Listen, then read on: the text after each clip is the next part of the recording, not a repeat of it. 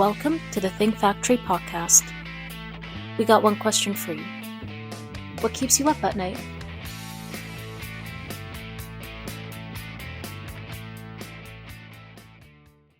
I'm your host today, Chris Santomassimo. Really excited to sit down and have a conversation with John Helline, who's the CEO of BindTech in Nashville, Tennessee, among other places. Welcome to the podcast, John. Thanks, Chris. Appreciate you having me. Oh, I love it. When you look at BindTech's website, it only tells, at least in my opinion, part of the story. You know, that BindTech on your homepage talks about being masters of our craft, 5 generations of bookbinding excellence, which is only a piece of what you do. And, you know, those long and storied roots are just a part of the story. Tell us a little bit about BindTech, not only what you've been, but what you're moving toward and what you've been moving toward over recent years and where you're going to go. So take it away. Great. Well, I think the easiest way to explain BindTech is we are truly a semblance of a bunch of generational experts, and that's where that 5 generations comes from. I've been involved in the business for 25 years, and it's gone by quite fast. I like to say that we're an overnight success, but BindTech was really just born out of opportunity, and that was truly when I got into business. I wanted to be an owner of something. I really didn't care what it was, Chris, to be honest. It was not a real strategic motive. It was very opportunistic. So we ended up acquiring a trade bindery in Cleveland. I analyzed the industry a little bit and enough to think there was a roll-up opportunity at that time, and I was quite wrong. The industry was not ready for any roll-ups because it was a very stout industry with pretty fragmented mom and pop operations that were all very conservative. A lot of lifestyle businesses that just weren't ready for consolidation. Low debt, lifestyle businesses, and did not have the need to sell. So we bought our time, learned the industry, learned the craft. And then about 15 years ago, it seemed like there was starting to be a churn of older ownership ready to exit or didn't have a succession plan or a family that wanted to take over. And we saw some opportunities to drive deeper into the industry and create a platform of companies. And that's when the consolidation, or acquisitions began.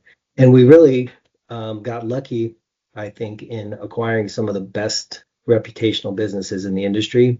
And we've been able to retain what is the bulk of the talent. And that's really where our magic is. Our team is by far the best team in the industry. I tell people I'm blessed to get around. I'm blessed to see quite a few different businesses all across all verticals and sectors. And I think BindTech has assembled one of the best teams out there. And that's where we set ourselves apart now. So we've brought together a platform of best in class. We've also gone downstream, so we now have sister company with PSSC where we can integrate all the way through delivering the product to your front doorstep, tracking that, providing some pretty cool best in class, I believe, technology tools. And we're trying to bring that all together in a much different viewpoint to how we serve the industry, but really how we serve the end customer. So I see BindTech starting to grow a little more organically than we have through acquisition in the past. And we are starting to demonstrate that with adding some specialty services that most people aren't able to or want to dive into to be on that cutting edge. Things like because it's too complicated, right? I think it's complicated. I think it's hard to justify the CapEx when you're not sure if that market's a flash in the pan or if it's going to be around, or if you're going to be able to produce enough of it to keep it busy 24/7. So those are the type of things we look forward to add now. Something that's going to differentiate us, something that's going to keep us serving the customer base, that would drive more platform work as well, and also help us show the customers that we are that nimble, still that very quick to react, jump on the opportunity. We're never going to get away from our entrepreneurial roots and our ability to say, you know, we are the what I'll call trade supplier, but we're starting to see more and more we're the specialty trade supplier. And I think that's where a lot of our opportunity is going to lie in the future. Well, that's certainly evident with the things that you do. If we're focusing first on the book space, of course, you're manufacturing books, but you're able to do really intricate decoration, on the edge decoration, and really create a premium product, not just a run-of-the-mill book. Yeah, I see the industry as that trade, that down the middle commoditized product is, it's never going away, but there's some well-defined players that have a lot of capacity, a very entrenched and very well-established platform, and they're going to be able to supply that volume for the foreseeable future, if not forever. It's really hard to think you're going to go out and try and invest what would need to be invested to take over that trade market. But I think the opportunities are on those fringes where you're like the specialties. And that's where we've been plowing a lot of our resource and a lot of our ability to say, you need to come to us because we're the only ones that can offer that. So whether it's edge decoration, and that could be edge printing, that could be gilding, that could be staining, whether it's foil and embossing and stamping, working with real leather, working with very unique and differentiated product. And that includes all the way down to packaging. So we're into specialty box, creating I think, products that help our customers really differentiate their brand, not play into that commoditized middle bulk area. I think you just answered the question that I had, which was, I understand that you're extending the BindTech business into other areas, but I think you just really identified the bridge between the specialty book manufacturing and the type of packaging that you do. You're really talking about high-end packaging that demonstrates brand value for, you'd say, higher-end products. At the end of the day, it's not just basic corrugated or basic folding carton. You've got real specialty stuff that capitalizes on that book decoration experience, among other things. Exactly. That's exactly what we're leveraging up right now. Yeah. And we're getting a lot of traction. I think it's good to be small and nimble, but I preach this, there's still real need for strength in numbers. And we're trying to melt the two of those things the best we can, which is we now are up to 9 locations if you include our warehouse and distribution capabilities. And that gives us the ability to serve the large guys pretty well. If we do take some more of that traditional trade or bulk volume, which we still can do because we have the capabilities, but it really gives us the ability to say we're strong enough to sustain ups and downs of the market. We're strong enough to invest in new capabilities or specialty capabilities that will serve the client that needs that and wants that to differentiate their brand. And then we have the expertise that we can lean into now across, as I said, 9 locations, but it's 5 generations of mind share. It's incredible to be able to put an issue out there in front of our team and just watch them bounce it from Phoenix all the way to Kingsport. Next thing you know, we've got a great solution. That's terrific. By the way, looking at some of the examples on your website gives me chills because it reminds me of all the money I spent on law school books. So thank you for that. Yeah. No, but it's super impressive, really. And, I think that's even more impressive for me, though. And this has come through even in our initial conversations, was how much you appreciate and value your team and how, you're even a little bit shy to appear like you're taking credit for all the good folks on your team. Maybe you could talk a little bit more about the team and how they've really gelled over these acquisitions that you've done and the company's growth to form a cohesive team and serve your clients. Yeah, I'd love to talk more about the team. So first off, you're spot on. I don't deserve the credit. My team deserves all the credit. And I do believe we have the best team, bar none, in the industry. And what it's taken to create that, though, is a lot of pain, to be honest with you. It's intentional. It can be very frustrating at times. But if you notice our team and if you spend any time with us, you'll see we're very diverse. We have just about every generation. We have just about every angle you can cover, from conservative to liberal.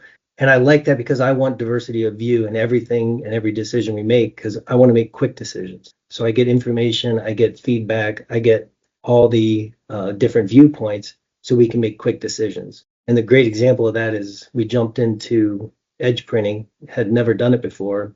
And now we will have, as of the end of next month, we'll have the largest capacity in North America. We'll have 6 edge print machines. Nobody's been able to make that kind of an investment decision that fast in our industry. And I think it's because they're layered now with a lot of bureaucracy or a lot of corporate approval process. We don't have that. I pull my team together. We can make decisions in a week, sometimes in a day. But the team itself, what I preach, and I think that keeps us on a very cohesive path, is we have a goal. And that if you're in my leadership team, if you're anywhere within the leadership circle, your goal is to make the lives and jobs better of all of our team members that show up and put in that yeoman's effort day in and day out to create the product or do the service that our customers pay for. And if that isn't what you want as a goal in your service of his leadership, I don't want you on my team. So we really make decisions that are going to create a better life or a better job for our team. And it usually translates to success. And then I also like to promote very strongly that our team all sits equidistant from our goal. We aren't a hierarchy of a traditional, what I'll call pyramid structure. We're very circular in nature. I believe everybody sits in a equidistant from our goal. You may have more of the responsibility, but you're still just as far from the center, which is the goal. And the goal is affected just as much by me as it is by somebody putting our end product in a carton. Because if they don't put it in the carton right, or they bend it, or they scuff it, or they don't care and put it in upside down, or put something wrong in there, what was it good? What did everything else matter? It didn't matter. Right. Because now our customer got something they don't want to pay for, or their experience wasn't good. So we've done a very intentional job on bringing everybody into that, what I'll call mindset and culture. And then we've done a pretty good job, and we're continuing to refine it. I'm trying to align everybody's interest in making those economic gains. So we're creating incentive structures where you can earn a percentage of your income based on our total goal or our total company production, based on our individual divisional production, or based on your individual production. So we've created a 3-tier approach to incentive, and it's so far doing really well. I think, and I think you would agree with this, that when you talk about incentives for employees, especially in sort of in the rank and file, it's not all about money at the end of the day. I think that success has a lot to do with teamwork, understanding what your goals are and being equidistant, as you say, from the goals. But how do you take that mindset and filter it down to the rank and file from your executive team? Yeah, I would say that that's a tough question to answer, but I think I can give you what my opinion is and what I believe is the success of that. And a lot of it is listening and willing to give just about everybody a voice and let them understand we are listening. We may or may not be able to execute and do everything. We do still have limited resource, but we're going to listen. Open door. If Jill on the binding line has an issue and she's not getting a good answer from her direct supervisor, and she goes above there and the next layer is not giving her answers, she has the right to call me. Open door policy. So we want everybody to know we listen. We also want them to know we can only do what we can do, but we will listen. And then the other thing that I believe drives a lot of our performance is guardrails. Like, make them wide. I am not one of these guys that wants to say you have to do it this way every single time. My COO, Chad, he says it best, I think. He says, because he came in with a little different mindset as well, and he's embraced this, but he's explained it as saying 4 left turns get you to the same point as 4 right.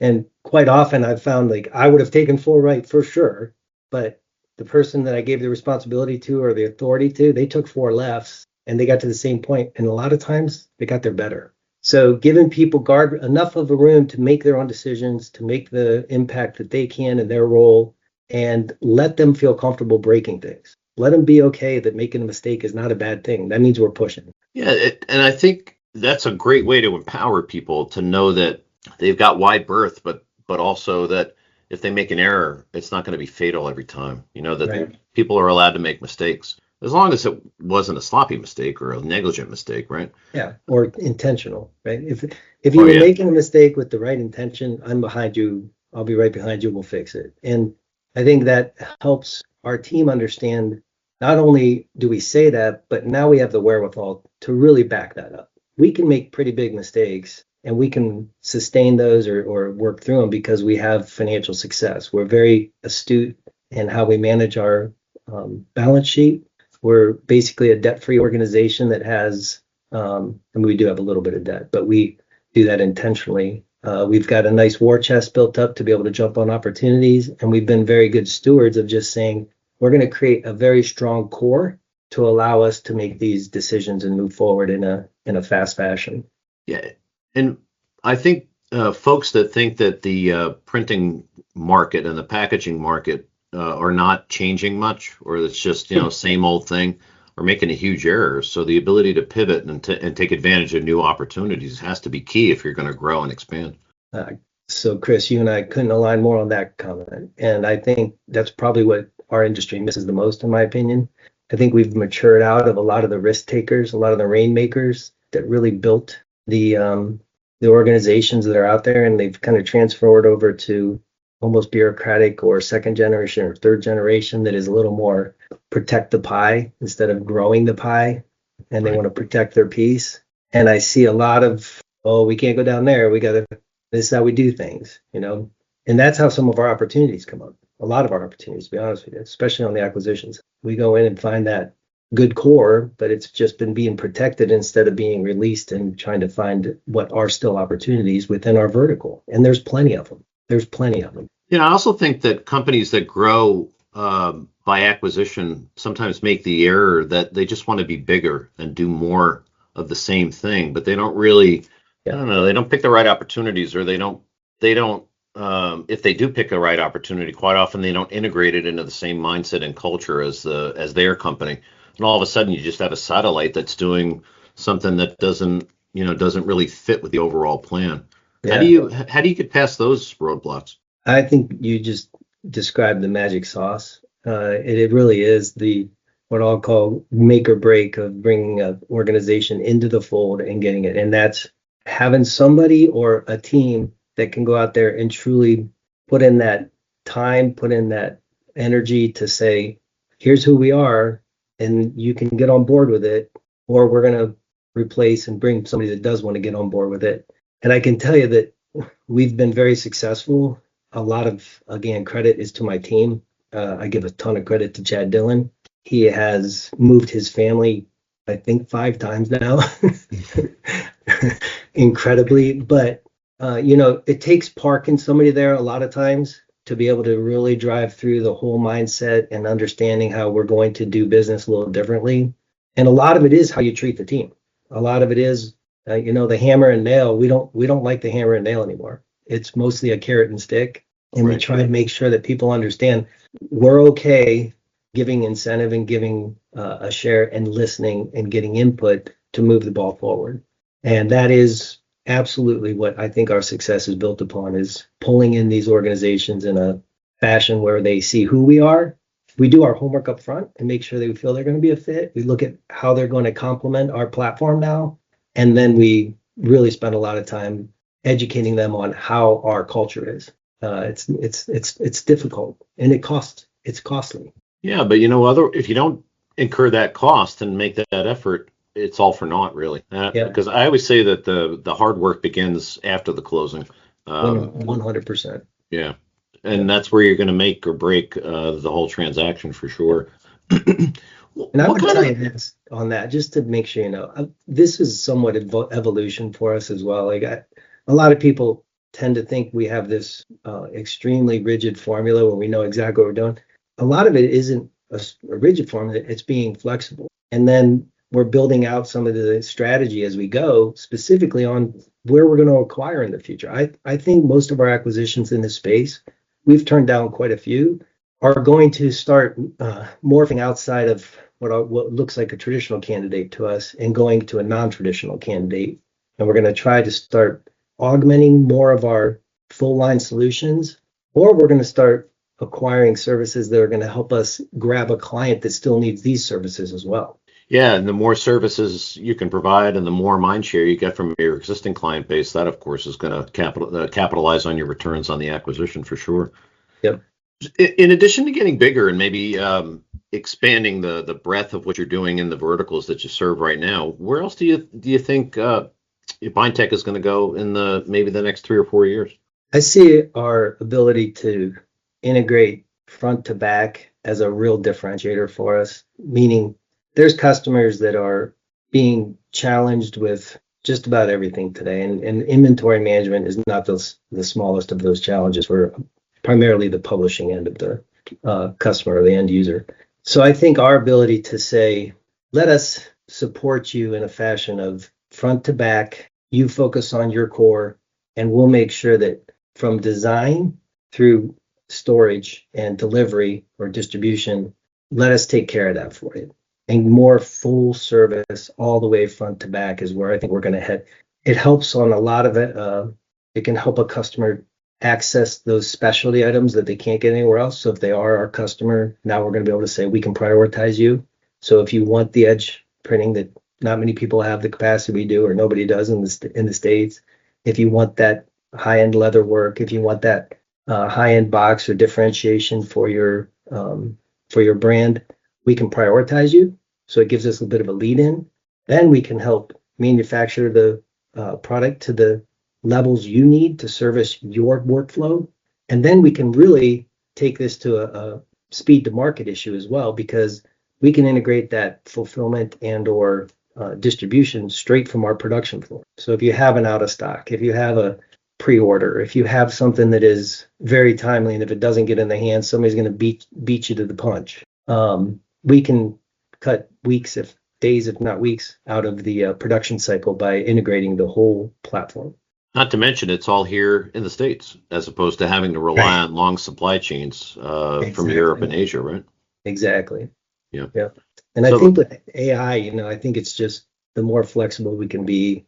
Who knows what's coming? It's going to be the wild, wild west, I believe. I think we're all going to be challenged in ways nobody can think of right now. So remaining flexible and remaining nimble and saying we're the ones that'll make sure you don't get stranded with millions of books of inventory that are obsolete.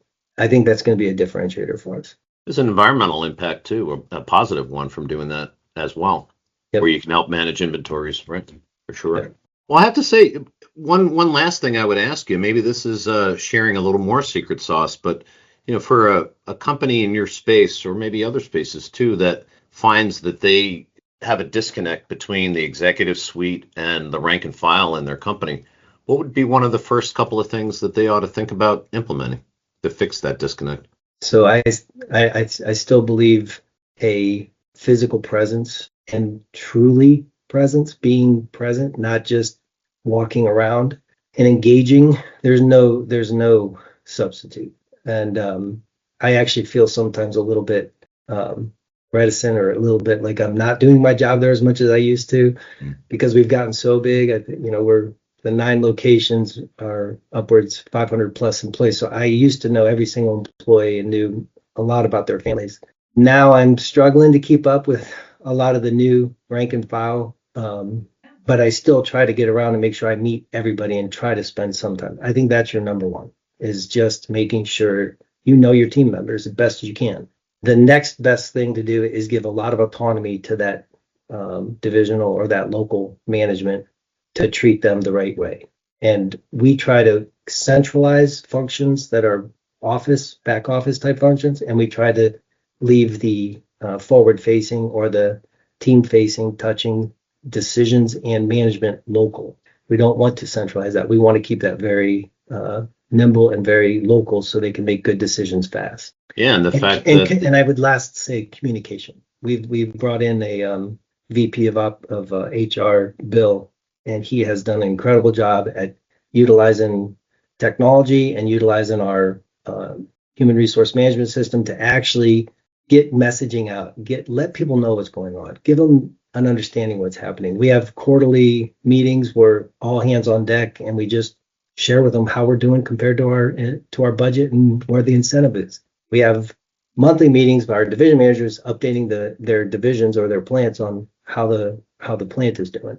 And then we have quarterly meetings for our shared service or our leadership team, where we present to our division managers and hear from them how we did quarterly. And then we have an annual meeting or summit where we bring our leadership team and some of our high potential employees together. And we have a 3-day summit where we literally have an agenda. We'll talk about AI, or we'll have usually some type of theme to it. And then we have a day of fun. And we get together off-site. Like if we have to go somewhere where we're all going to be able to be focused and be present. And it started out of just a wild. I was worried that we were getting too spread out. So I wanted to bring us in face-to-face and make sure that everybody had to be able to look each other in the eyes. They would say some of the difficult things you got to say. Mm-hmm. So I said, we're going to cook dinner together. And we rented a house and we all cooked dinner. It was great. And everybody had a job, and our CFO, Mackenzie was kind of the what I'll call head chef, because she's a foodie, and she did an amazing job being like, okay, Cortez, you're gonna do the bread, you're gonna do this, and everybody had a job, and I did clean up, which that's what I'm good at, doing the dishes. Yeah.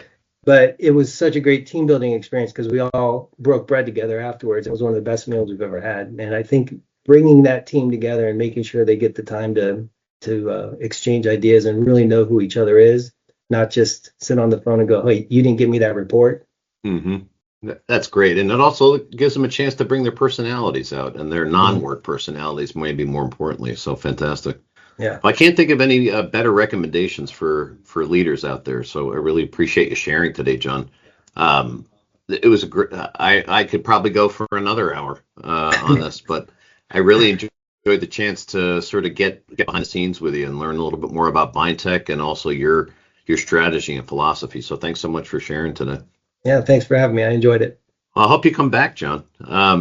And just to refresh, this has been John Helline, who's the CEO of BindTech in 9 separate locations, but headquartered in Nashville.